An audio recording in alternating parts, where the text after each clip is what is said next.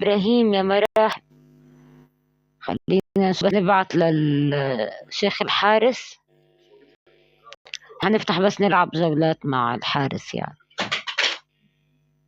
ثواني بس.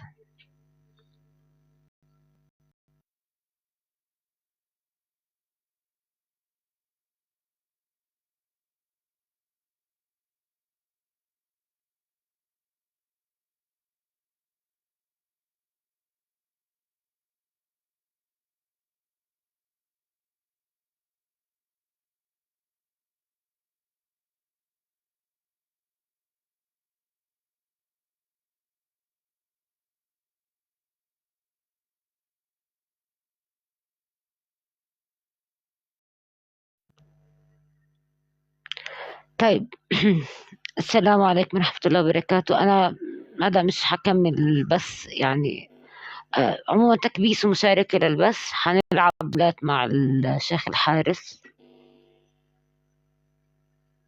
أنا اللي صار قبل شوي في نستنى بس الحارس يفتح إن شاء الله بس يفتح بيبعت لنا. شوفوا يا جماعة، أنا هيني هلأ على السيتنج حرفع الإشراف عن الكل مع كامل احترامي. تمام، حنرفع الإشراف عن الكل، وهذا الإشي مش مقصود فيه إساءة لحد أو للدكتور أبو هيام بعت. ثواني بس. مثلا ده السلام عليكم ورحمة الله وبركاته يا دكتورنا مراحب. انت بعت لي على فكرة هوست، بعت لي هوست بالغلط ولا انت يعني دكتورنا كيف احوالك؟ ما انا ابعث لك يا فضيلة الدكتورة بالغلط، الله يهديك. اي الله يسعدك يا رب. طب هاي معانا، طب هاي بده يدخل الشيخ محمد سراج كمان، ومعناته نستنى الشيخ الحارس بده يفتح اصلا. الله يبارك بعمرك يا دكتورنا، كيف احوالك؟ انا ابعث وينك لك ما شفناك بالبث لنا فترة. الله يهديك. الله يخليك يا رب ويكرمك. على حسب ان النت لا يصلني يعني صوتكم الا معطلا شويه، وربما يصلكم صوتي معطلا شويه. اولا احيي لا ابدا الدكتوره هلا، واحيي فضيله استاذنا شيخنا محمد سراج. الله يبارك يا ربي بعمرك. أنا والله مستني الشيخ الحارس، بس ممكن نبدأ جولة لحتى يرجع. أن الصوت يصلكم. نعم. يصلكم يعني معطل. فأنا أعلم بأن الصوت أوكي، راح نزل الشيخ سراج. يعني ربما النت عندي ضعيف ميت. النت عندي ميت على فكرة يا دكتورة، لما يعني اعذريني بشكل جدي يعني والله. لا أبدا أبدا، بالعكس. يا شيخ الحارس افتح لا يعني افتح بسك.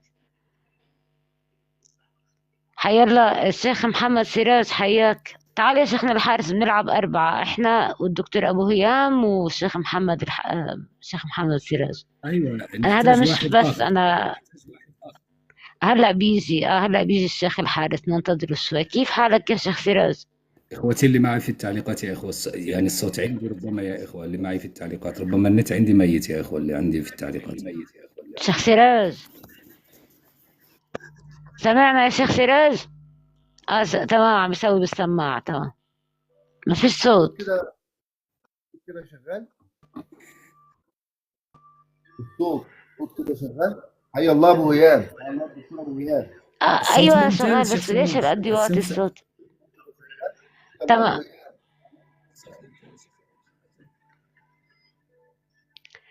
يلا بس هاي الحارس، الشيخ الحارس دخل معنا. انا بدي اروح بتيم بالشيخ الحارس بصراحة. المفروض الشيخ الحارس يدخل معنا. ثواني، بعت وانا عملت اكسبت. نعم. وين راح؟ غريبة. ثواني بس نرجع ننتظره شوي بس، لأنه بعت واختفى القس اللي بعته. يا رب يا إخوة يضبط النت، يا رب يا إخوة يضبط دكتورنا النت، شكلك عم لأن معنا تشرح بشي يعني دكتورة تقريبا. هلا وفضيلة الشيخ تكبيس يا محمد سراج. جماعة، تكبيس. احنا مش مشكلة، عادي مزبوط. يا معك رب يا يعني مولانا يعني. يضبط النت. ال... يا جماعة تكبيس ومشاركة للبث، تكبيس ومشاركة للبث. خليكم احنا الحمد ثواني، لله أفضل بثنا موجع أضبط للملاحدة. تمام تمام. شيخ سراج، شو اخباراتك؟ انا والله لسه كنت اقول لك تيجي نلعب السادة جولات، في بس التعليقات. قلت بلاش اعطلك يعني. انا مش عارف صوتي لا مسموع. يعني لما نفتح يعني على فكرة صوتك مسموع يا شيخنا. الصوت عندك نحن سراج مسموع، أنا نعم. اللي عندي النت صوتك وصوت الدكتورة هلا مسموع. أنا اللي عندي يعني النت ميت. لا انت صوتك مسموع برضو واضح تعالوا يا يا دكتورنا. ساترتنا الأفاضل، يعني نقوم بجولة لأجل تنشيط الحساب. طيب انا بدي لانه الحارس ثواني ارجع ادور على الشيخ الحارس، اذا مش موجود بنبدا هاي الجولة لغاية ما يرجع يفتح يعني. طيب مش موجود، خلينا نلعب جولة إذا تنسيت الحساب. ما هو أنا عشان هيك والله فاتحة ألعب جولات، كان المفروض. ايوه طيب نشد جوله لاجل عد تنشيط الحساب يا اخوه الساده المتابعين. اولا بالنسبه لي انا شخصيا اقول كلمه للساده المتابعين. عندي انا شخصيا يا اخوه سجلوا المتابعه، اللي ما بسجلش لحد الساعه متابعه لفضيله الدكتوره هاله وشيخنا محمد سراج فليسجل. فدائما نقول يعني الله سواء يبارك في بعمرك. غيبتهم او عدم وجودهم او في حضرتهم، نقول بان هؤلاء اخوتنا واحبتنا واساتذتنا واصدقاؤنا، فتحيه لهم من القلب على فكره. بالنسبه للساده المتابعين اللي ما بتسجل جلش الله يخليك يا رب. هؤلاء هاني وأنا منهم. الله يكرمكم. أنا والله يا شيخنا عم يعني عم بفتقدك والله في البث، بس أنا صايرة فعلا أتأخر. إن شاء الله من بكرة برجع أفتح من الساعة 4 مثلا العصر، عرفت، بوقت يكون شوي ممكن حتى نشوف حضرتك فيه بأي يعني، فاهم. أما عم بفقدك والله في البث يعني، خصوصا إنه هاي الفترة أنا داخلة ضرب طحن في الملاحدة يعني. طحن. اليوم كنت عم بحكي على النظري، على اللي هي الأنظمة الغير قابلة للاختزال زي العين مثلا، في الضرب في نظرية التطور. فبيكون وجودك والله ممتع ممتاز. ومفيد، يعني بتمنى انه ان شاء الله ارجع اشوفك يعني في بكره. اليوم صار في حركات هيك وتعطل البث فقفلته بصراحه، بس ان شاء الله بكره بيكون. بكره برجع حفتح في نفس الموضوع، وحضيف عليه الامراض اللي بتصيب العين. وفي مقطع انا منزلته على اخر المشكلة مقطع فضيلة الدكتورة نزل، هالة أقول لك. شوفوه. أيوة لو تسمحي لي أشرح لك يعني يا موقفي جماعه يا دكتورة هديه هالة. ب10. المشكلة هو إيه؟ هو أنا اتفضل. أيوة اتفضل. هو أنا أشرح لك الموقف يا دكتورة هالة. هو مثلا أنا أكون يعني في الخارج أو أكون في العمل، في يعني أنت تفتحين نهارا، فأكون مثلا في العمل أو في الخارج، فأسترق بعض الوقت لما أذهب مثلا للمقهى لأجل أن أشرب مثلا فنجان قهوة، فأصعد معك لدقائق يسيرة جدا، 5 دقائق هكذا فأذهب. فلما أكون يعني ما عنديش وقت، لما أكون روبو راحة يعني، أجدك لا تفتحين البث. أعمل لك إيه أنا؟ يعني لما انا يكون عندي ان شاء الله عطلة يعني أجدك الآن حصير فاتحة افتح البث البث نهارا. من 4 ل12، عرفت. بكره ان شاء الله الجمعه، فعلى طول بعد صلاه الجمعه حفتح البث ان شاء الله، لانه اوريدي خلص الموضوع لا غدا ان شاء الله تعالى، ان يعني شاء مش الله تعالى محتاج نكون مني معك كثير ان شاء الله. تحضير. غدا يعني عندي روبو. والشيخ غدا سراج برضه يعني انا في النهار فقديته يكون والله في عندي البث، روبو بس انا يعني عارفه راحه. انه مشغول. ان شاء الله ان شاء الله يعني وجودك اضافه يعني طيبه للبث، وان شاء الله فضلت يا برضه اخوه انا لسه ما النت دخلتش يتقطع عليهم في عندي نظريه ولا التطور. اصحاب قبل الكرام.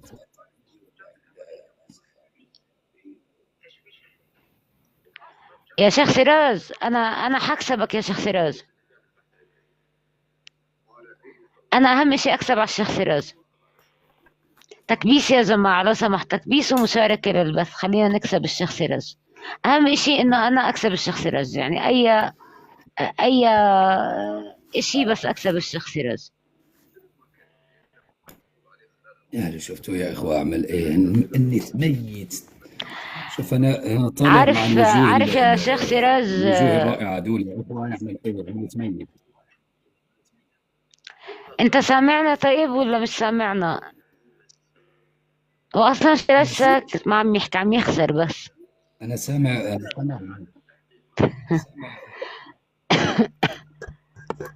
في صوت عندك؟ لا ما عندك صوت، ما عندك صوت يا شيخ سراج، افتح المايك اللي الشيخ سراج عندك. يتكلم وأنا لا أسمعه يا إخوة السادة المتابعين. الشيخ سراج يتكلم وأنا لا أسمعه، وأنا مش فاهم يا إخوة. الحمد لله عنده بيتكلم، لا وانا برضو مش سامعته، عنده لا عنده هو مشكلة بالانترنت برضو، عم بيعلق عندك النت على فكرة يا شيخ سراج.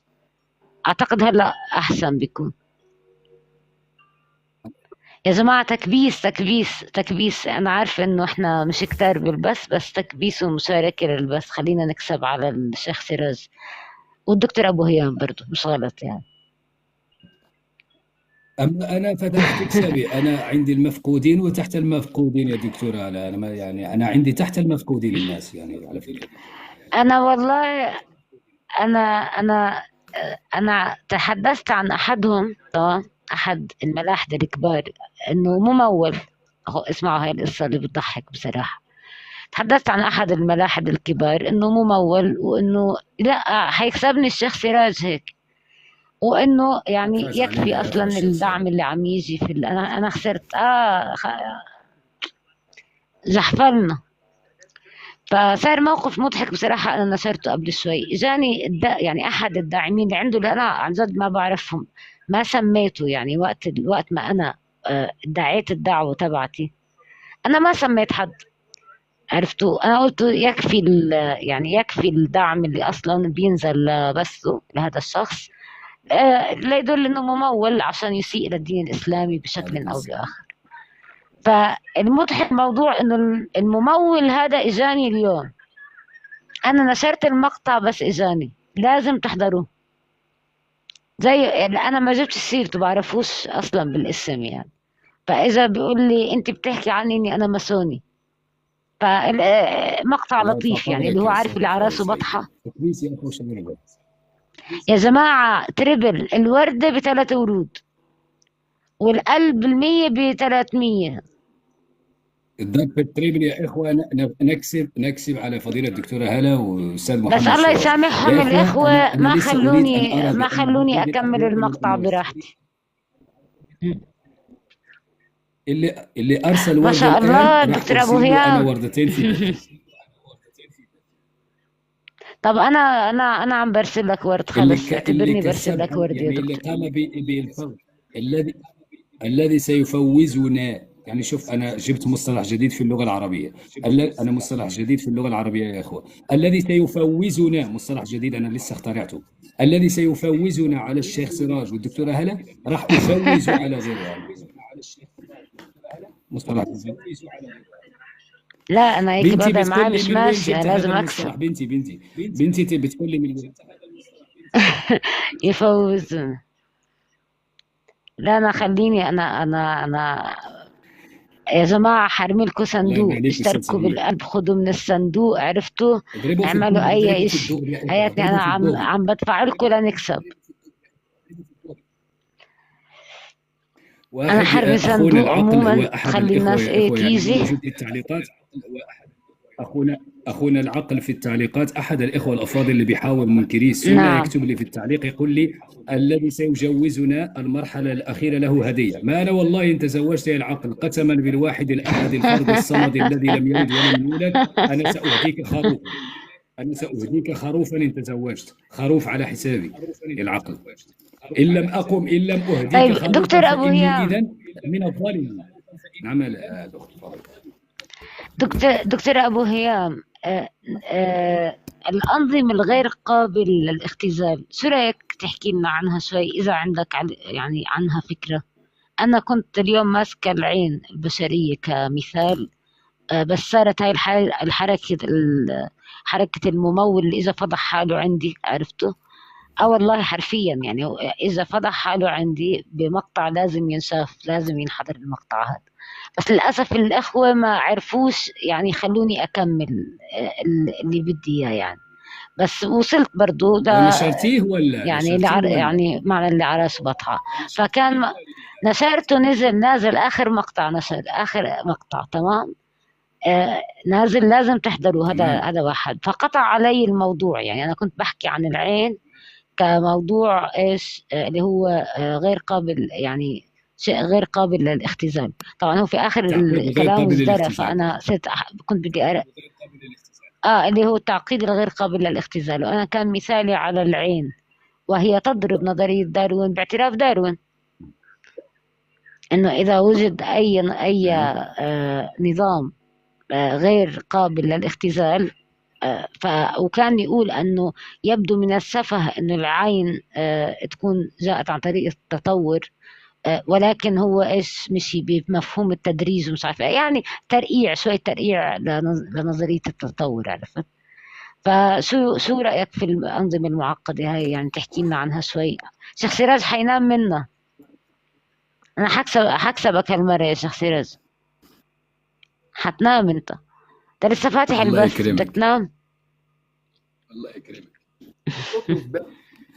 شدوا تكبيس يا اخوة، نكسب يعني الجولة على فضيلة الدكتورة هلا. ما فيش صوت، ما فيش صوت.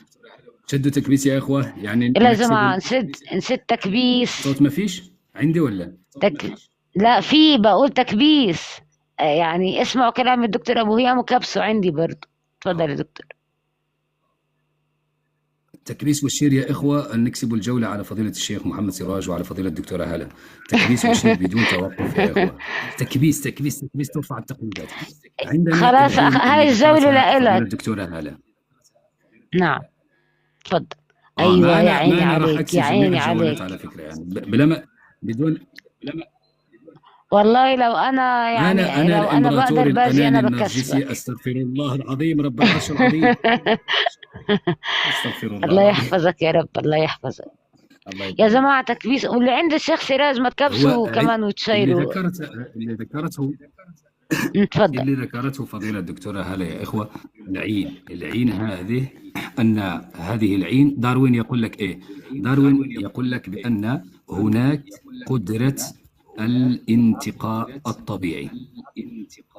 قدرة الانتقاء الطبيعي هي القادرة على أن تخلق لنا هذا العين. هذه العين تكون معقد تركيب، تمام، ولكن هذا التعقيد من وين؟ جاء من قدرة الانتقاء الطبيعي على حسب داروين. أنا يعني راح نتجول شوية في هذا الموضوع في ظرف هذه ال5 دقائق من الجولة. راح نتجول في مكونات هذه العين من الأساس. تخيلي فضيلة الدكتورة أن العين تتكون تقريبا من 40 مكون على حسب ما اطلعت عليه أنا شخصيا لحد الساعة. ربما تتكون من أكثر، فهمني؟ أما على حسب ما اطلعت أنا عليه شخصيا أنه ربما تتكون من 40 مكون، تمام؟ فلو غاب مكون واحد فقط، لو غاب مكون واحد، ولا مثلا تم تبديل المكون هذا مكان مكون آخر، فحتى هذا التغيير، نعم، لو افترضنا أنه موجود يعني بنسبة ضئيلة جدا، لو افترضنا، فالعين هذه لن تؤدي وظيفتها. لو افترضنا ده، على فكرة يا إخوة اللي بيعرفني أنا لست يعني طبيبا على فكرة، أنا فقط يعني ما اطلعت لا عليه. أنت كلامك صحيح، هو نظام كامل. لو أي جزء فيها صار فيه خلل أو فقد، لن تعمل العين كلها، لا تستطيع فصل أي جزء من أجزاء العين عنها، خصوصا العين الإنسانية ولو البشرية. أيوة هذه جزئية. نعم. اللي ذكرتها الآن جزئية، يعني إذا اختل مكون واحد من هذه المكونات فالعين لا تؤدي وظيفتها. ثم لو مثلا المكون واحد يعني اتصفى في مكان المكون 2 والمكون 2 اصطفى في المكان المكون واحد، فالعين ده لن تقوم بدورها، تمام؟ نعم أحسنت. طيب هذه النقطة الأولى. النقطة الثانية اللي هي إيه؟ يعني قبل يعني نتعرض يعني مثلا لهذه المكونات التي اطلعت عليها أنا. عندك داروين داروين هو غرق في هذه المسألة كما تفضلت قبل قليل، يعني لما ذكرت هذه المسألة فداروين غرق في هذه النقطة بالضبط، وقع له غرق. وشيخنا سراج يعني بيتقدم علينا يا إخوة، شدوا تكبيس وشيروا الباب، الله يكرمكم. لكي عم نضع يتقدم علينا تصور الشيخ سراج يا جماعة، لا ما يغلبونيش. تفضل. هو بالضبط، داروين نفسه كان يقول تصور إنه العين بالنسبة له معضلة. أيوة، لأن داروين تصور إيه؟ داروين تصور افتراض فقط، يعني وضع افتراض.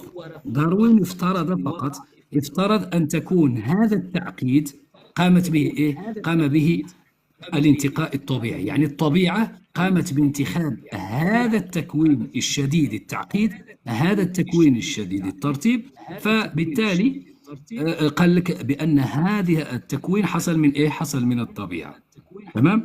طيب تعالوا الآن شوفوا هذه العين ده فيها مثلا تجويف، نكتبها مثلا تجويف في الجمجمة. هذا التجويف أصلا، تعال نطلع صورة يعني لهذا التجويف أصلا. طلعي يا بنتي، ما هو هذا؟ تعال. نعم، اللي هي 3 طبقات اللي مكونة منها العين داخل هذا التجويف. يا عيني عليك، الله يسعدك يا دكتور أبو هيم، والله إنك يا سبحانك، سبحان الله والله. شوفوا سبحان الخالق هذه العظيم. صورة طبية على فكرة، سبحان الله سبحان الله. فقلت بأن التجويف ده اللي هذا التجويف يعني يقع فين؟ يقع يعني داخل إيه؟ داخل الجمجمة. فهذا التجويف يساعد على ماذا؟ يساعد على الحماية، صح يا دكتورة هلا؟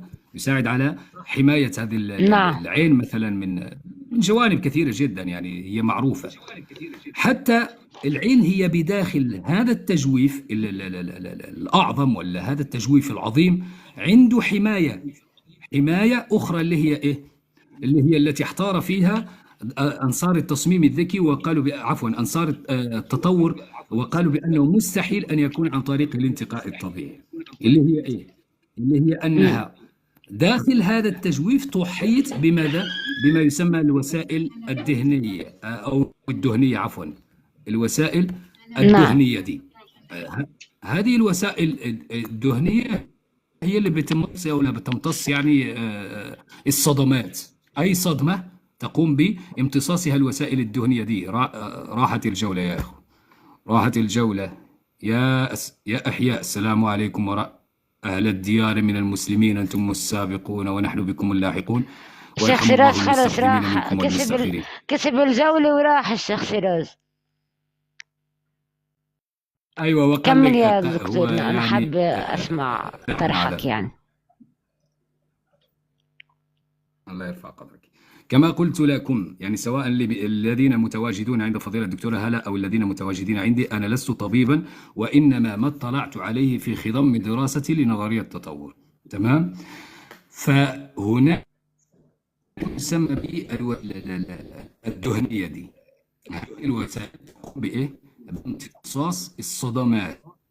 فالوسائل هذه تمر من خلالها في نفس الوقت تمر بها إيه؟ أعصاب وأوعية دموية. الله يرفع قدرك يا فريدوم، الله يرفع قدرك، يعلنك ومقامك. التكبيس يا إخوة، شيروا البث، نشطوا شوية يا جماعة، الحساب الورد بوردتين. اشتركوا في القلب، تابعوا حساب الدكتور هلا. الله يسعدك. طبعا وانا اللي عندي نفس الشيء، دكتور ابو هيام كنز معرفي يعني الحقيقه، يعني الله يحفظه، الله يحفظك ويخليك. انا بكره على فكره في بثي حرجع افتح نفس الموضوع يا دكتور ابو هيام، لانه اليوم ما اكتمل الموضوع، عرفت؟ فبكره ان شاء الله حرجع افتحه برضه، يعني حضيف عليه شيء زياده، فتفضل. فيعني يا ريت تكون برضه حتى بكره موجود، يعني اتمنى ذلك يعني ان شاء الله. يعني انا ببعث لك قبل البث، إن شاء الله بتكون برضو متواجد معنا لشرح الدقيق برضو إن شاء الله، إذا كنت موجودا على الرحب والسعة إن شاء الله. إن شاء الله. كمل، تفضل يا مولانا. فقلنا بأن العين يعني الوسائل الدهنية هذه، العين هذه عندها شعيرات، عندها أوعية دموية، فأعصاب هناك عضلات اللي هي العضلات اللي بتحرك العين، تمام؟ بعيدا كل البعد، يعني احنا ما بتكلمناش عن تميز، ربنا يكرمك لا تكلف على نفسك اختنا الفاضله، الله يرفع قدرك ويعلي شأن مقامك ويحفظك الرحمن اينما كنت وتعينت. فهذه شو اسمه، هذا التميز الذي تميزت به العين من الاساس في المكان اللي موجود الان، يعني شوف فين موجود العين اصلا، هذا التميز من الاساس فين؟ يعني في وجه، في راس، اي كائن حي. لا نجد شخص كائنا حيا زي حشره، خروف نجد مثلا عنده في الرجلين، لا، شوف التميز. نعم. هو أكمل مكان للرؤية كما أراد الله عز وجل. تمام. طيب عندنا نقطة أخرى اللي هي لما نشوف يعني نحن الآن بتدرج نقطة بنقطة، يعني نصل الآن نعود للعين هكذا، ركزوا معي. الآن عندنا عين قلنا بأنها متواجدة في الرأس، تمام؟ تمام. ما فيش أي حماية للجمجمة العظمية الخاصة بالعين، يعني لأن الله عز وجل زود هذه العينين بإيه؟ بالرموش. نعم نعم، سبحان الله. هي برضو أصلا وسيلة، هي لسه قصة ثانية، يعني كل ذلك لسه الرموش هي قصة ثانية. هذا نعم. يسمى إيه؟ يسمى التعقيد الغير قابل للاختزال. لأجل أن تعمل هذه العين يجب أن تكون مكونة من كل هذه المسائل، تمام؟ عندنا زي مثلا الستائر، عندك ستار متحرك تظل مفتوحة أغلب الوقت، ليش؟ لأجل أن تسمح للعين يعني بالرؤية، ولكن هذه الرموش تغلق إراديا، مش أنك تحتاجين لأجل أن تغلقيها، لا، تغلق إراديا سبحان الله. يعني متى ما حست بأي خطر صح. لأجل أن تحمي العين. من قال أصلا لهذه الرموش وأيضا تغلق لها. على فكرة تغلق برضو الإنسان بشكل لا إرادي، كل عدد معين من الثواني تغلق الرموش وتفتح للحفاظ على رطوبة العين برضو. هي واحدة من وظائف رمش العين. السؤال مش هنا يا دكتورة، السؤال مش هنا، السؤال فين؟ السؤال هو ماذا؟ هو من الذي أخبر هذه الرموش أن تغلق على العين حال الإحساس بالخطر؟ من الذي أخبرها؟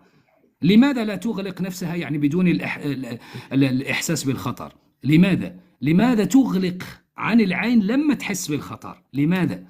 من الذي أخبرها ومن الذي ركب في هذه الرموش هذا التفاعل؟ يعني تخيلي مثلا، يعني أقول لك مثال، يعني الرموش هذول يعني يمكن أن تغلقي أنت عينيك بإرادتك، صح؟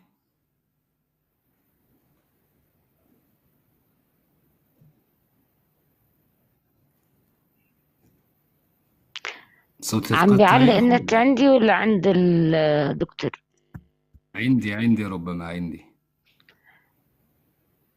على فكرة العيون وحركتها تسبق الإشارات الدماغية على فكرة، يعني إذا ما بتعرف يا أستاذ مالك. أنت سمعتيني دكتورة؟ هي التي تعطي. تسمعيني؟ نعم. هلا أنا آخر 30 ثانية راح ما سمعت فيهم، بس عموما يعني تفضل. ركزي يا دكتور، احنا لسه في الماتش، خلص الماتش. أنا أقول لك يعني تفضل. أيوة. أنا أقول لك في واحد هون عم يتذاكى عندك بيقول لك الدماغ أخبرها أن تغلقي عينيك متى ما أردت. نعم. الدماغ أخبرها. نعم. هذا جاب هذا المصطلح جابه من الشارع المجاور. هو نحن بنتكلم علمي ولا نتكلم بكلام تيك توك؟ الله يهديك.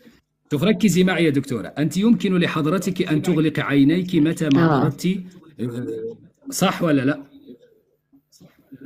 نعم. طيب نعم. هذه بإرادتك تغلقين العين متى ما أردت، صح؟ نعم. طيب الآن إذا أخذت القلم ده وقمت بالقلم هذا وأشرت لك إلى العينين هكذا وأنا مواجه لك في الواقع، جلست أمامك وأخذت هذا القلم وأردت أن أشير إلى عينيك، راح تغلق العينين بدون إرادتك، صح ولا لا؟ نعم، إحساسها بالشعور بالخطر. ممتاز. هذا الشعور بالخطر، من أخبر الرموش بأن هذا خطر محدق بالعين؟ من أخبرها؟ نعم، تمام. أحسنت. تقول لي الدماغ، نعم. ما فيش مشكلة، تقول لي بأن هذا الذي أخبرها هو الدماغ. أقول لك يا دكتورة بأن رمشة العين هذه أسرع بمليار مرة من السيالة العصبية التي ستصل للدماغ. نعم، ما أنا هذا لسه اللي كنت عم بقول، هي تسبق احنا اللي بنعلمكم الاوتونوموس نيرفس سيستم. الرمش يا أستاذ مارك تسبق الإشارة الدماغية، هاي اسمها ردة فعل. يعني إذا أنت دارس بالأوتونوموس نيرفس سيستم هتعرف إنه في شيء اسمه ردة الفعل، اللي هي بتسبق أصلا أوامر الدماغ، هي اللي بتعطي المعلومة للدماغ. يعني هي عم تعطي معلومات للدماغ. زي لو أنت مثلا قربت من نار، حيصير لا إراديا السيول العصبية بتصير بالعكس، بتمشي من إيدك لإيش؟ لدماغك. نفس الشيء بيصير مع العين، إذا شعرت بالخطر بأي شكل من الأشكال فالسيول العصبية من العين للدماغ، ليس العكس. هاي اسمها ردات الفعل الطبيعية. يا أستاذ مارك، اللي أنت عم بتقولنا عن الأوتونوموس، أنت مش دارس شيء عن الأوتونوموس نيرفس سيستم، فإذا أنت مش فاهم شيء لا تتحدث. يعني أنت روح اقرأ، شوف هل في رسائل عكسية، يعني في رسائل من الدماغ إلى الأعضاء، وفي رسائل من الأعضاء إلى إيه؟ إلى الدماغ. لما يخلص شرح بطلعك. ما فيش مشكلة. تكبيس يا إخوة، شيروا البث. التكبيس لا تتوقف يا إخوة عن التكبيس. 50,000 تكبيس يجب أن نأتي بها يا إخوة. وعندنا هذه العين، يعني شوف فقط العضلات اللي عندها، ركزي كم من العضلات. عندك عضلة مستقيمة علوية، شوف عضلة مستقيمة وحشية. راح نقول ليش هذه العضلات يعني تعمل لإيه. شوف عضلة أخرى، العضلة الهائلة العلوية، هنا حدقة العين، هنا العضلة المستقيمة الإنسية، وعليكم السلام ورحمة الله، هنا العضلة المستقيمة نعم. السفلية، هنا العضلة 6 عضلات. نعم. المائلة السفلية. أيوة، ليش هذه العضلات من الأساس؟ ليش؟ لماذا؟ تثبت العين وتحركها، يعني اللي هي الزاوية 180 درجة. لا مش 7 6 يا أستاذ مارك. ممتاز. اللي في داخل العين ممتاز. يعني السيلياري هذول مش عضلات. تفضل. ممتاز، ما فيش مشكلة. الآن ركزي جيدا يا دكتورة هالة.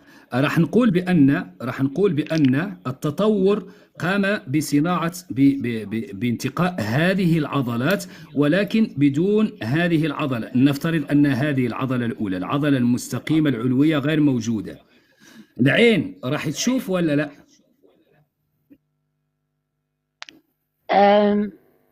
لا، بطبيعة الحال ما لن تقوم بعملها. طيب التطور قام بالانتقاء. التطور قام، إذا قلنا بها التطور قام بانتقاء جميع هذه المسائل، لكن لا يزال يتطور لأجل أن ينتج لنا إيه؟ أن ينتج لنا مثلا القزحية. هل العين ستؤدي وظيفتها؟ لا طبعا. يعني الكائنات التي كانت بدون قزحية لم تكن ترى، صح؟ نعم، لم تكن ترى. طيب أحسنت. الآن أنتج لنا القزحية، ولكن لم ينتج لنا بعد حدقة العين. هل لن ترى، ما حتشكل صورة، لن تشكل صورة، لن ترى. إذا لأجل أن تعمل بهذه العين، لأجل أن تعمل يجب إيه؟ يجب أن يكون كاملة مع بعض. المكونات ممتاز كاملة مع بعض. هذا ما نسميه بالتعقيد الغير قابل للاختزال، الغير قابل للاختزال. فهنا مشكلة للتطوريين، ألا وهي العين ده. مشكلة على فكرة، مشكلة. ليش؟ إما أن يكون تطورت، وإما أن يكون خلقت خلقا مستقلا. نعم، خلقا تمام؟ ذكيا، اللي هو تصميم الذكي، صانع ذكي، أيوه. مهندس فإذا لهذه قلنا العين. بأنها تطورت يعني كان واحد ثم أصبح إلى اثنان ثم تطورت إلى ثلاثة ثم هكذا. تمام.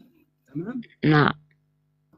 طيب من الأول اللي اتطور في هذه العضلات؟ هل هي هذه الفوق ولا التحت ولا هذه ولا القزحية ولا حدقة العين؟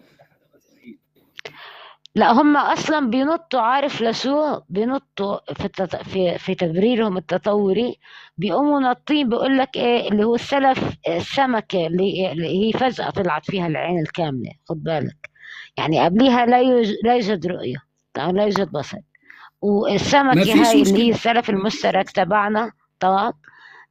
عليها رد، نعم عليها رد، انا عارف انه في رد على ما سيقولونه يعني. والسمكة، بس هي ما طبعا فيش عين مشكلة. الإنسان غير عن عين السمكة. خد بالك، عين الإنسان داخل الشبكية، لو أنت مثلا يعني داخل الشبكية في منطقة اسمها الفيبيا. الفيبيا هذه نقطة هيك مركزة جدا جدا جدا، تعطي أدق صورة وأكثر صورة دقيقة في الإيش، في ما بين كل الكائنات والمخلوقات الحية. هلا السمكة ما عندها هاي الفيبيا أو الفوفيا. تمام. تلفظ بالفيبيا بالإنجلش، وفوفيا باللاتيني. ما عندها الفوفيا هاي. مثلا في حيوانات كثيرة أيضا تفتقر إلى هذه الفوبيا، ترى يعني حيوانات يعني هلا البسة والكلب هذول يعني قادرين على تكوين صور، ولكن الإنسان يتميز عنهم بالنظام المتكامل تبع العين البشرية. على الأقل الفوبيا هاي اللي عند الإنسان هي اللي بتمكنه، تخيل يا دكتور أبو هيام، من إنه يقرأ ويدرك الرموز ويكون اللغة ويبصر إيش حتى أدق الخطوط الصغيرة. هاي مش عند حدا ثاني، مش موجود، ما فيش هاي المركزية. هي موجودة عند بعض الكائنات الأخرى على فكرة، بس 120 مليون خلية عصبية في الشبكة. نعم، يعني عندك 120 بقول لك 120 مليون خلية عصبية داخل الشبكية، والشبكية داخلها الماكيولا والفوفيا. هدول الاثنين نقاط تركيز. حتى تخيل انه الفوفيا ما فيها أوعية دموية، فقط لكي تكون الصورة دقيقة. هي الجزء في جسم الإنسان الوحيد اللي لا يوجد له تروية دموية. ليش؟ عشان عامل زي الكاميرا، عشان تستطيع أن تركز الصورة. لا، ما فيها أوعية دموية مارك، روح راجع معلومات. لا يوجد فيها أوعية دموية. تمام. هو قال لك إيه؟ وهي قال لي خطأ. لا، هو لا يوجد فيها أوعية دموية، هو بيقول لي فيها، أما لا، أنا بقول فوفيا بالذات لا يوجد فيها، لا يوجد فيها تروية دموية أصلا، الفوفيا بالذات. أنا أكبر لك صورة، بداخلها. لك يعني خلية عصوية واحدة فقط. تخيل خلية أيوة. عصوية واحدة، يعني تخيلي خلية واحدة عصوية. أنا ما راح حيفهم أكبرها أصلا أكثر من خلية عصبية، هو عارف. ألف مرة. بالذات. تفضل. ولا طيب إذا بيعرف شو قلت الخلية العصبية. لحضراتكم يا يعني السادة الله المتابعين أكبر. شو هذا؟ إذا قلت هاي لكم يا السادة الخلايا المتابعين شو العصبية. هذا؟ هذه خلية واحدة يا إخوة، خلية عصبية مكبرة أكثر من 250 ألف مرة. سبحان الله. خلية عصبية دي يعني داخل عينك، تخيل داخل عينك أيها الإنسان، أيها الكائن الحي، داخل عينك موجود من مثل هذه الخلايا يعني أكثر من الآلاف المؤلفة. يعني داخل 6 مليون خلية عصبية، وفيها وفيها أيضا قدرة على تمييز الألوان الثلاثية. نعم، 6 مليون. هذه فقط في اللي بتميز الألوان في الخلايا العصبية الثانية برضو. هذيك مش متذكرة قديش عددها، لكن الخلايا العصبية اللي بتخليك تقدر تميز الألوان 6 مليون على 3 أنواع، اللي هم سبحان الله. يعني شيء. بعدين يقول لك التطور. سبحان الله. اتفضل. بقول لك يعني هي هاي بتعطي على فكرة رؤية الألوان الثلاثية، وهذا شيء ليس عند ليس عند أي كائن آخر. إنها بتقدر فيها أنواع الخلايا العصبية بسموها اللي هي عندك ال والام والايش والاس. الام بيميز الاحمر الاخضر والازرق، هدول ايش بيسمح برؤية ملايين الالوان، ويستطيع ان يميز بين درجات الالوان. يعني اللون الأحمر كم درجة، الفوشي. عارف الستات كيف بيغلبوا الرجال، بس تيجي تقول له بدي والله الفوشي، بدي الزخرشي، بدي الفخرشي. هاي كلياتها سبحان الله ملايين الألوان تستطيع العين البشرية أن تميزها بسبب هذه الخلايا اللي قبل شوي وراك إياها الدكتور أبو هيا. بتعطي بسموها إيش الترايك. نعم. هذه هي إخوة العين، عين واحدة الخاصة بالدكتورة هالة. تمام، عين واحدة. الله يسعدك. هذه عيني أنا. نعم. عيني أنا الخاصة بأبو هيام. هذه عين فلان وعلان، هذه عين فلان وعلان. ماذا إن قلت لكم يا إخوة السادة المتابعين مسألة؟ إذا قسنا عين الدكتورة هالة من التجويف ده إلى النظر هذا، يعني في الأخير إلى البؤبؤة، سنجد يا إخوة أنها فيها 24 ملم. إذا جئتم لأجل أن تقيسوا عين الدكتور أبو هيام من هنا إلى هنا ستجدون 24 ملم. إذا جئتم لأجل أن تقيسوا جميع الكائنات، جميع البشر، جميع أعين البشر، ستجدون من هنا إلى هنا 24 ملم. 24. سبحان الله. فالدقة هذه، الدقة هذه والنصم والإبداع والإتقان اللي موجود في العين البشرية، فهي واحدة تكفي يعني لأجل أن نقول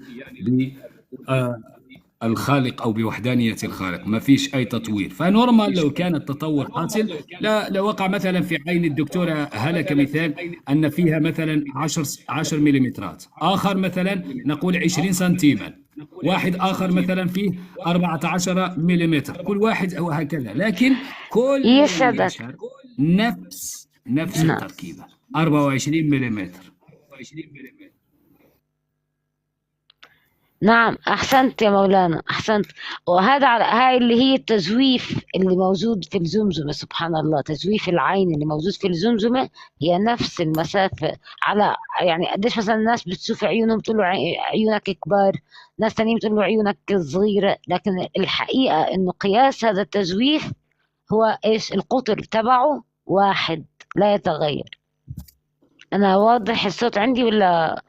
حي الله المهندس الثاقب، الله يبارك بعمرك يا رب. 24 ملم يا اخوان في كل العيون، في كل العيون 24. طلع يا مارك منيح، طلع منيح يا مارك. طب معلش يا دكتور ابو هيام، خلي هاي الصوره شوي هيك بس، كبر يعني رجعها هيك بس شوي لورا عشان انا اشرح برضه شيء سريع عليها من بعد اذنك يعني. لا قصدي رجع يعني صغرها تصير كلها مبينه. ايوه الله يسعدك يا رب. طب خلص، لا هي مش مكتوبة. شايفين الطبقة الأولى هاي اللي هي اللي لونها أبيض المحيطة بالعين، هاي اسمها الكورنيا أو الشبكية. الشبكية بتستقبل الضوء، وين بيروح؟ شايفين الفراغ؟ شايف هاي اللي لونها أحمر يا دكتور أبو هيام؟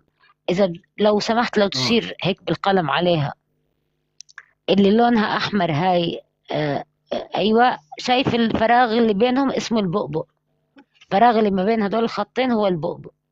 البؤبؤ يتسع ويضيق بحسب إيش؟ بحسب كمية الضوء اللي هو عم يستقبلها. اللي هلأ دكتور أبو هيام عم يشير عليها الدائرة البيضاء من بعد إذنك. أيوة هاي اسمها اللينس أو العدسة. هاي برضو بتغير من زاويتها ومن حدتها علشان تقدر تركز الإضاءة داخل الشبكية. كل المساحة الرمادية اللي جوا هاي اسمها الشبكية. وبعدين محاطة بالعصب البصري، وفوق العصب البصري في إشي اسمه المشيمية. سبحان الله. هلا فالشبكية تخيل تحول الفوتون، تحول الفوتون الضوئي إلى إيش؟ إلى سيولة عصبية تذهب إلى تذهب إلى إيش؟ تذهب إلى العصب البصري، وبعدين العصب البصري عاد في المنطقة الدماغية الخاصة بالرؤية، نرى في منطقة معتمة جدا على فكرة برضه. فتفضل يا دكتور أبو هيام، معلش أنا آسفة، أنا استغليت بس إنك حطيت الصورة، قلت خليني أنا أتكلم عنها كمان، يعني اللي هي الرؤية والتركيبة. لو فقدت أي جزء من هذول الأجزاء، لو لا، نحن فقدت نقول أي بأنه جزء، لو فقدت أي جزء لا تعمل. نعم. خاص بالإله يا ماستر إنه إحنا ننفي نظرية التطور التي يدعي بها التطوريين، أو على الأقل التطور للإنسان. خدي بالك، الله على يفقدك الأقل أستاذ حسن، التطور نسأل نفسك. للإنسان. الله يبارك بعمرك يا مهندس الثاقب يا رب. اللي هم بيستعملوها لتشكيك الناس في الخلق المباشر، إنك خلقت كما أنت، فبيقولوا لك كل شيء تطور بشكل تدريجي. بس عندهم مشكلة اسمها إيش؟ العين مثلا. هاي العين هي أحد الأجهزة المعقدة الغير قابلة للاختزال. يستحيل إنها تعمل وتكون عين إلا إذا كل هاي الأجزاء موجودة مع بعض في نفس اللحظة، في نفس الوقت. سبحان الله. يستحيل أن تتصور. لا مين هذا؟ والله كلام، هذا كلام داروين نفسه، وهذا في نظرية التصميم الذكي. روحي اقرأي عنها. هم حاولوا يردوا عليها بالتدريج وبما بالتدريج، وقال لك والله احنا العين الأولى والمش عارفة ايش، ما فيش شيء اسمه. هو طب كلام هي داروين بتقول لك أصله. هذا ونحن ثواني معلش نطلع أصل دكتور الأنواع. أبو هذا هيام. أصل الأنواع يا دكتور.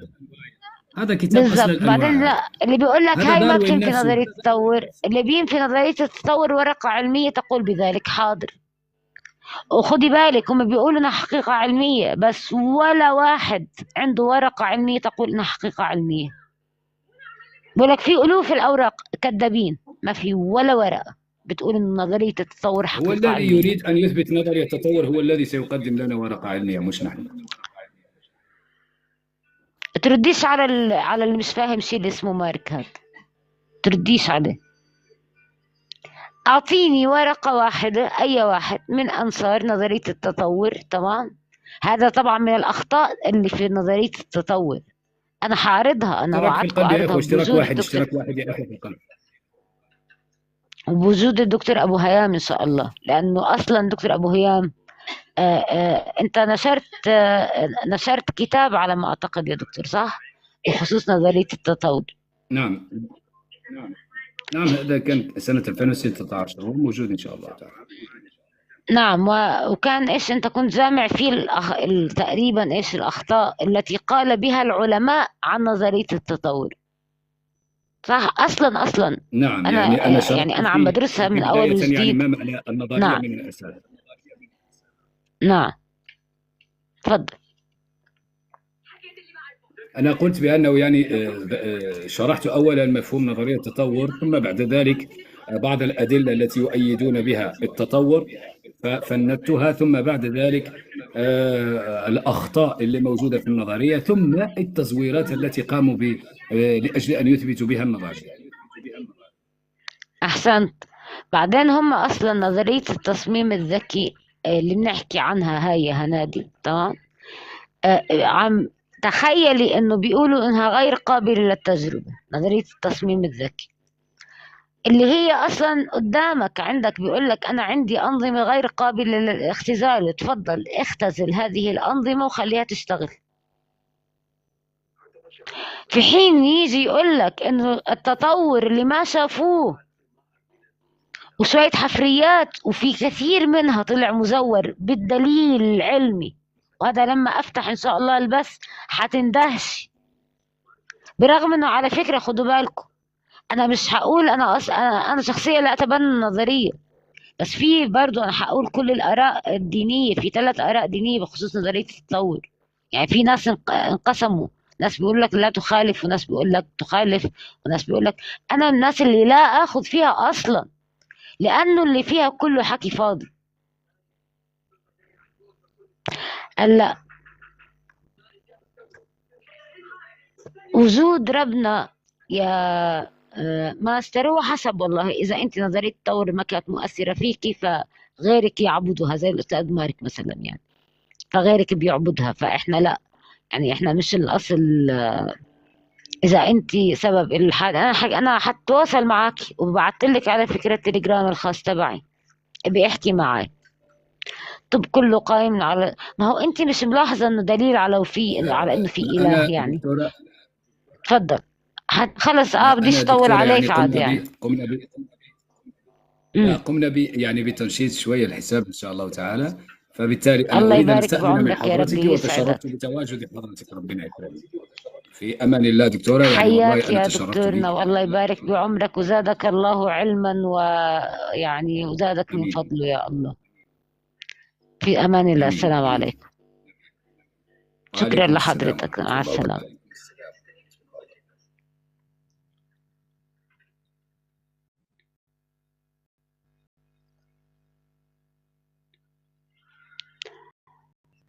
انا نزلت ولا كيف؟ عادي، نزلنا خلص. طيب انا عموما طبعا الشفاء بيد الله، الأول وفي الأخير كل شيء بيد الله. حتى وانت بتكتب هو خلق الله وبيد الله، لأنه هذا الإله الكامل. لكن ربنا جعل لكل شيء سببا. يا متخلفين، يلي ما بتفهموا، خلى الطب، يعني الرسول صلى الله عليه وسلم قال لكل داء دواء. دواء غير أن الله سبحانه وتعالى الشافي والمعافي. في الأول وفي الأخير هذا الدواء حينفع معك أو مش حينفع معك، هذا ما يريده لك الله. في ناس بتاخد أدوية وبتطيب، وناس بتاخد أدوية وبتموت. فبلاش كلام متخلف مع دكاترة. الشفاء طبعا بيد الله، هو حيكون بيدك أنت. أقسم بالله عن جد، الحماقة أعيت من يداويها. الإله الكامل الكلي الصفات العليم القدير سبب لكل شيء سببا، وهيك مكتوب في القرآن: وجعلنا لكل شيء سببا. طبعا الله سبحانه وتعالى قادر على ذلك، والله قادر انه يلغي الكون كله، لكنه خلص إرادته سبقت، لا يريد. خليه زي ما هو. ربنا أراد له انه يتعالج بطريقة الطب. حتى ما يكتشفه العلماء من الأمور الطبية هو كله خلق الله وصنع الله. والله يخلقكم وما تعملون. مينفعش تكوني عايشة في عالم لا إله كلي الصفات وتكوني منفصلة عن مشيئته وعن قدرته. انت حرة فقط في اختياراتك، في الشيء اللي قادرة انك تختاري فيه وتميزي فيه ما بين الصواب والخطأ. اما كل الاشياء التانية كلها تقديرات من عند ربنا. مرضك تقدير من عند ربنا وبالنظام، وبكرة حضيف النظام، بكرة حضيف النظام في المرض والنظام في العلاج. لو لم يكن نظاما، ولكل نظام منظم غصب عنك وعني، فيش تصميم إلا وله مصمم. هذا التصميم تبع المرض لو أنه مش تصميم كان ما عرفنا أصلا نصل لعلاجات له. الكون كله لو لم يكن مصمم بقوانين كان ما عرفناش أصلا، كانت الحياة كلها اختفت أصلا. الثوابت الكونية لحالها، ثابت الجاذبية والثابت الكوني وثابت سرعة الضوء التي استقرأناها. احنا عاش قبلينا ملايين البشر وحيعيش بعدينا ملايين البشر. العلمية اللي عنا، طبعا الله اللي خلق الجاذبية غصب عنك يا مارك. نظرية الجاذبية استقراء بشري، بشر ربنا سبحانه وتعالى بيقول انه يعني انما يخشى الله من عباده العلماء. طب خلص بلشت تزدري، ابلع ميوت، بديش غباوة،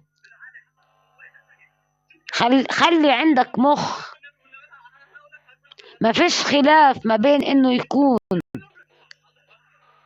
الله سبحانه وتعالى، شوف، هناك ما يرد إليه الأشياء بأصلها وعلى الحقيقة، وهناك ما يرد له الأشياء بسببها. يعني الله سبحانه وتعالى يتوفى الأنفس حين موتها.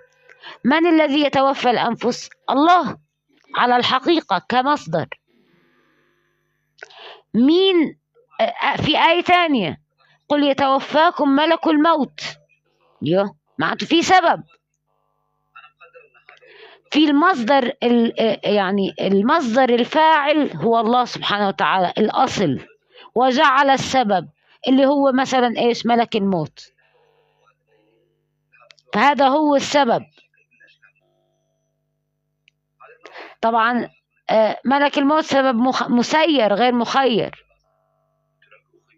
مأمور بما يفعل ولا يستطيع أنه يختار. فأنا هنا أقول يتوفاني ملك الموت، نعم صحيح. عالجني الطبيب، برضو صحيح. شفائي على إيش؟ جاءني الشفاء من الله، هو الأصح، لأن هاي الحقيقة. هناك في العقل المنطق شيء اسمه المصدرية، الفاعلية المصدرية والفاعلية السببية. الفاعلية المصدرية هي ما يرد إليها الأشياء على أصلها، وهو الله جل وعلا في كل شيء. والفاعلية السببية هي السنن الكونية، هي الأسباب اللي ربنا بيسخرها لإلك في الحياة. عمرك ما تسألت يا عبقري منك لإلها؟ هالكون أصلا ليش مضبوط وليش دقيق بحيث يسمح لك أصلا تعيش؟ ليش في حياة على الأرض؟ يعني كل هالدقة الكونية ما كانت محتاجيتك على فكرة لكي تستمر، هي مستمرة بدونك. وحين أتت الحياة على الأرض، حتى لو بتقول بنظرية التطور، حين أتت الحياة على الأرض كان هذا الكون ملائما لوجود هذه الحياة. طب ليش؟ اشمعنى؟ معقول مخك موقف وكاره لأنك تؤمن بالإله القادر العظيم العلي ذو الصفات العليا الكاملة الذي يرد إليه كل شيء أصل ويسبب الأسباب؟ زي ما مثلا ممكن أكون أنا سبب بأن ربنا سبحانه وتعالى يفتح على قلب حد، الله يا ربي يهدي على إيدين. أنا اهتدى في بثي قبل ذلك 6 أعلنوا الشهادة على البث بفضل الله سبحانه وتعالى، وفي منشور 3 منهم. لو بتروحوا تدوروا هيك بالصفحة ترجعوا شوي لورا هتلاقوا في 3 أعلنوا الشهادة على البث مباشرة معي. وجود الله حقيقة مطلقة، لا يوجد حقائق نسبية لا تنتهي، ولا يوجد نظام وتصميم بلا مصمم. يستحيل عليك أنك تقدر تقول إنه في نظام وتصميم من غير مصمم. هذا أقولكم حتى لو قلنا بنظرية التطور، من الذي جعل الكون؟ لو قلنا بالانتخاب الطبيعي، على فكرة هم لا عشوائية أيضا، خد بالك، انتخاب الطبيعي فيش فيه عشوائية. بقول طفرات وطفرات وطفرات، معناته هاي مخلوقات كانت عم تيجي، طفرات جينية أدت إلى طفرة وطفرة بعد مليارات السنين وبليارات، مش مهم منشأها ولا بيعرفوا يقولوا لك كيف نشأت. البروكاريوس الأولى ما بيعرف يقول لك، هو يراقب فقط ما بعد نشأة الحياة. هذا واحد. 2، لنفترض انها صح، مين اللي سبب الأسباب لكي يحدث الانتخاب الطبيعي وخلاه يحدث وحدث بهذه الطريقة؟ مين اللي حدد الطريقة؟ خلي عندك مخ. انت في جسمك الجينوم البشري أكثر من 3 بليار جين داخل جسمك. في كل خلية في جسمك عندك ايش؟ عندك 48 كروموسوم. كل خلية من هاي الخلايا تحمل ايش؟ الكروموسوم الواحد بيحمل شريطين من الدي ان ايه. كل هذا التنظيم، الدي ان ايه هاد له شفرة، له كود وراثي، كود بيسموه بالعلم شفرة.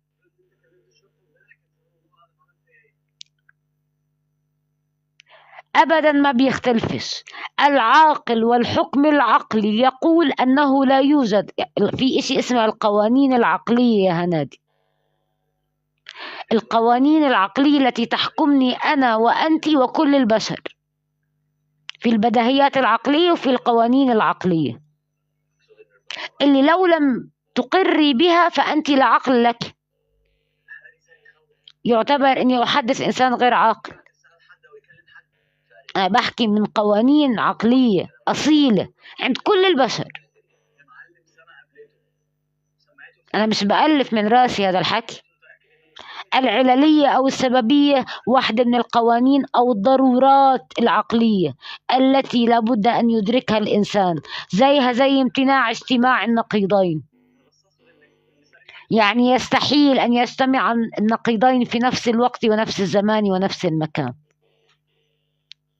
هل أنا هلأ بيقدر يكون عندي ليل ونهار في نفس اللحظة؟ لا. عقلي طبيعي حيقول لا، الطفل حيقول لا. هي ضرورة عقلية. في بديهية عقلية، لما أسألك أنت موجودة تقولي لي لا، حيكون عندك خلل في مخك. السببية من الضرورات العقلية. طبعا طبعا طبعا الحكم بيكون المشكلة في الفهم اللي عندك. ملهاش علاقة ان المشكلة بعقلك انك انت مجنونة، لا. المشكلة بعقلك، بفهمك، بمعلوماتك، بالمصادر اللي بتستقي منها هاي المعارف. اذا انت شوفي، انا امنت بعد ما وصلت لمرحلة انه يعني استيقنوا بها. اليقين كان موجود بس كنت عم بكابر وبعاند زي كثير منكم. ما بدي يكون في إله، ولكن الحقيقة أنه موجود. تيقنتها داخل قلبي لفترة طويلة، كنت متيقنة بس ما بدي، خايف. لأنه كل العلم، الأدلة، الأحكام العقلية، البراهين، كل إشي يؤدي إلى أن أدرك أنه موجود. هذا آخري. أعرف أتيقن أنه الله موجود بهذه الصفات: العليم، القدير، الحكيم، المريد. وأنه هو نفسه إله الإسلام، لأنه فيش إله تاني، فيش شريعة تانية في الدنيا وصفت الإله بالكمال اللي الإسلام وصف فيه. اليقين هاد عادي. الخلل بيكون في عقلي، في فهمي، في جهلي. أنا جاهل بشيء معين، مش عيب. مفكر حالي عالم بس بطلع جاهل.